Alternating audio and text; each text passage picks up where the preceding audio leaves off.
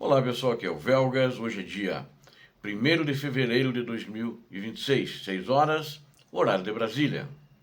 Caças ucranianos tipo F-16, Mirage 2000, eles caçam bombardeiros russos Su-34.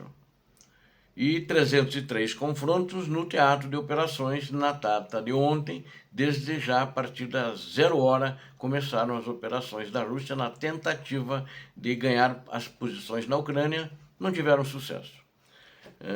Quero convidar a todos vocês que não são inscritos no canal a darem um like e também em se inscreverem, porque aqui vocês veem a verdade. E peço a todos que deem um like, que compartilhem com suas redes sociais, é muito importante. Façam seus comentários, sempre muito bem-vindos.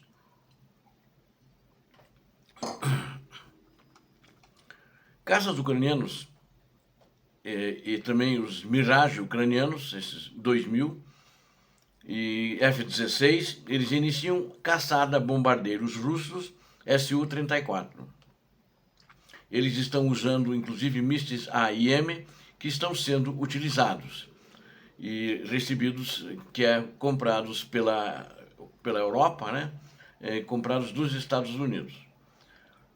Conforme já foi noticiado, as forças de defesa da Ucrânia relataram já ter abatido, eles deram esses dois exemplos. A Força Aérea Ucraniana, ela tem se mantido sempre muito reservada em relação aos alvos e principalmente atingidos.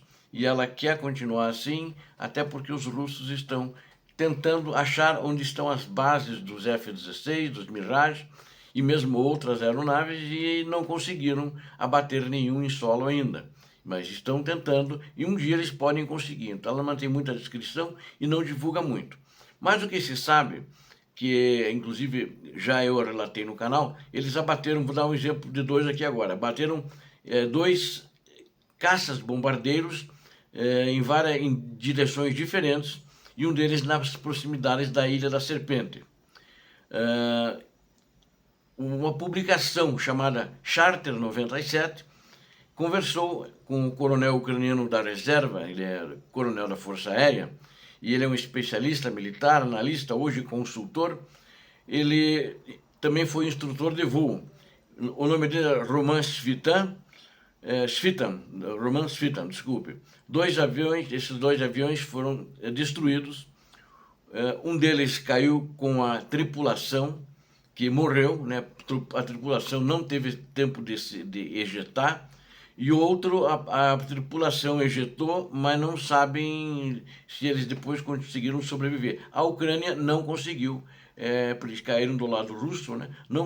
Devem ter conseguido sobreviver, é claro, né? A Ucrânia não conseguiu ir lá e buscá-los, né? Prendê-los.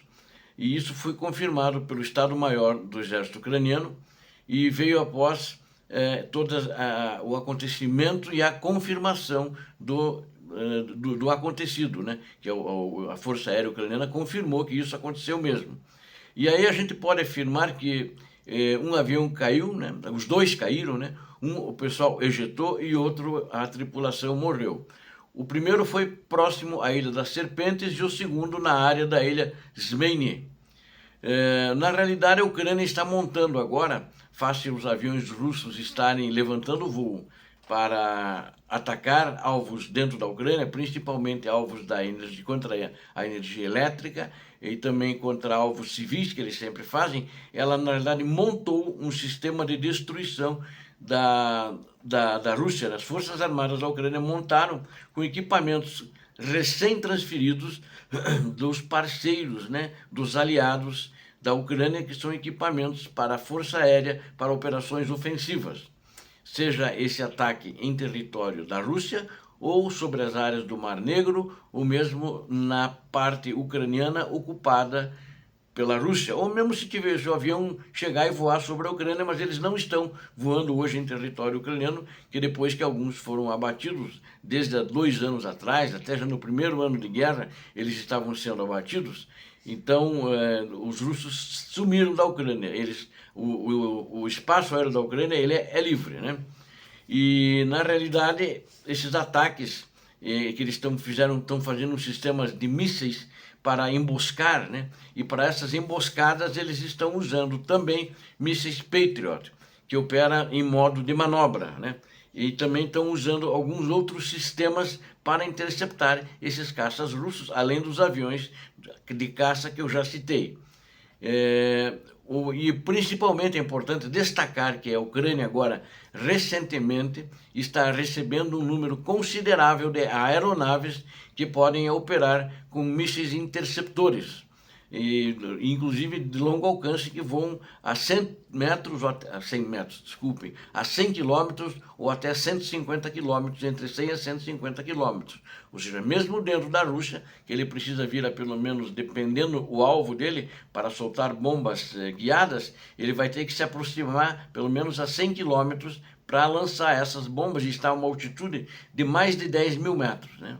Então, ele precisa se expor mais para atingir o alvo. Então, a Ucrânia montou um esquema para isso, e ela, além disso, está usando o míssil AIM, que eu falei no início, 120, que voa a um pouco mais de 100 km, aproximadamente 120 km, só que ninguém vai usar no limite, nos 100 km, que provavelmente ele já vai estar perdendo a sua força e vai chegando ao seu ponto de inércia e vai cair. Devem usá-lo até 100 km, é uma opinião minha, né? Não sou especialista em aeronáutica de guerra, né? Em armamento desses aviões, né? Esse míssil foi solicitado já há muito tempo e ele poderá cumprir também essa determinada missão de combate, segundo falou o Svitan, esse coronel, na sua avaliação sobre a situação hoje.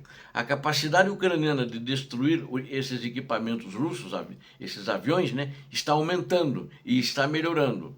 A direção na Ilha da Serpente sugere que o Su-34, esse que eles abateram, a tripulação caiu, até porque eles tinham dois tripulantes. Normalmente, quando tem dois tripulantes, é um caça-bombardeiro.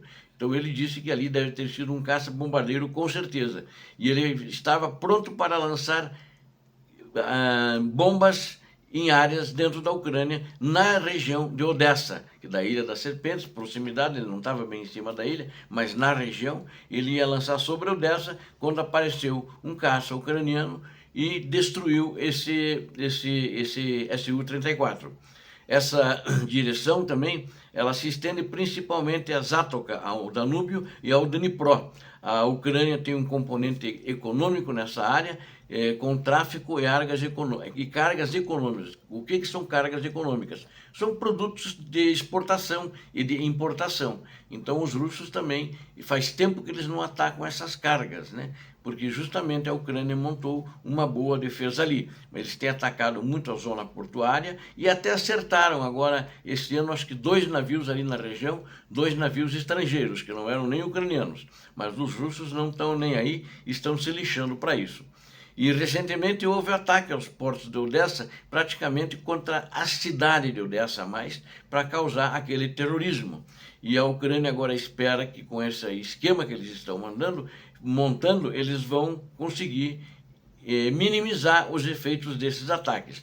Embora, pelo que foi noticiado, esse esquema visa justamente a atacar aeronaves. Eu não sei como é que vai ser o esquema para derrubar mísseis, né? Então ele consegue, se o sistema Patriot estiver instalado em Odessa, eventualmente ele poderá derrubar. Agora, um dos mísseis que foi lançado há 2 dias atrás, era um Iskander contra a Ucrânia, ele foi derrubado, né? O Iskander não passou, mas alguns mísseis passaram por causa daqueles enxames que vêm de drone, eles enganam o que vem atrás, e atrás vinha uma chuva de mísseis de cruzeiro, e entre eles um Iskander. E eu achei interessante que foi derrubado um Iskander. Então, ali em Odessa, com certeza, tem pelo menos um sistema Iskander protegendo a cidade, mas não é suficiente. Por causa disso, eu acredito que a Ucrânia vai fazer isso. Ela vai poder também operar com essas bombas guiadas, né, dessa aviação contra as posições em terra da Rússia. Os Su-34, eles usam mísseis também. Eles podem lançar os KH-59 e os KH-69, que eles podem ser utilizados. E esses mísseis já têm longo alcance de centenas de quilômetros, para o objetivo era a destruição que precisa do tráfico marinho. Mas o ataque ele tem sido interceptado e já há muito tempo o contra-ataque marinho ele tem sido interceptado. E o Su-34 entrou repetidamente nessa rota de combate, e alguns outros que já foram derrubados. A Força Aérea não quis citar o número, mas já há um número grande de Su-34 derrubados. Inclusive ali na área justamente que a missão deles era, quando eles queriam fazer o bloqueio ao porto de Odessa e não conseguiram, a aviação ucraniana e os mísseis ucranianos trabalharam incessantemente e praticamente expulsaram eles da região. Então, quando eles lançam esses mísseis, eles lançam a mais de 100 quilômetros. Né? O Iskander é lançado do MiG-31. Ele pode lançar isso aí, normalmente eles têm lançado a 500 quilômetros de distância, então longe, né? E aí a Ucrânia não tem um míssil que consiga interceptar o Iskander nessa distância. O Patriot que a Ucrânia tem, ele pode ser usado até uma distância máxima de 150 quilômetros. Muito provavelmente esses mísseis terra-ar, eles já estão implantados, como eu já mencionei, e eles a ideia, segundo a informação da Força Aérea, é usá-los como emboscada. Ele disparando à vista ou a aviação ucraniana aí entra em ação, segundo falou o coronel Svitan. O especialista disse que a Romênia está pronta e pode ajudar com seus aeródromos, principalmente com dados de radar através do sistema Link 16. Eles vão repassar as informações se notarem alguma movimentação de aviação russa. Vamos repassar a informação imediatamente para a aviação ucraniana. A principal arma dos ocupantes para romper as linhas de defesa das Forças Armadas ucranianas são as bombas guiadas de queda livre.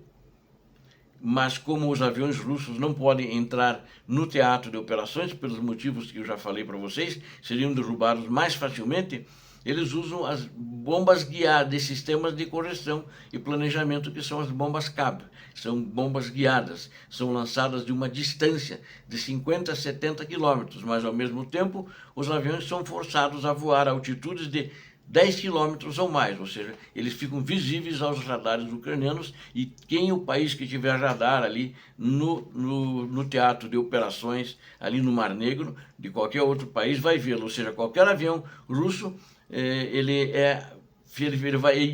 vai ser iluminado como uma árvore de Natal, provavelmente, falou o coronel Roman Svitan, e pode ser abatido se houver meios de interceptação com alcance de cerca de 100 quilômetros, que a Ucrânia tem, sem dúvida nenhuma. Obrigado a vocês que assistiram a este vídeo, conto com vocês, inscrevam-se no canal. Deem um like, compartilhem com suas redes sociais, façam os seus comentários. Deus abençoe a todos vocês, Deus abençoe a Ucrânia, Deus abençoe o Brasil. Paz e bem, paz para toda a humanidade.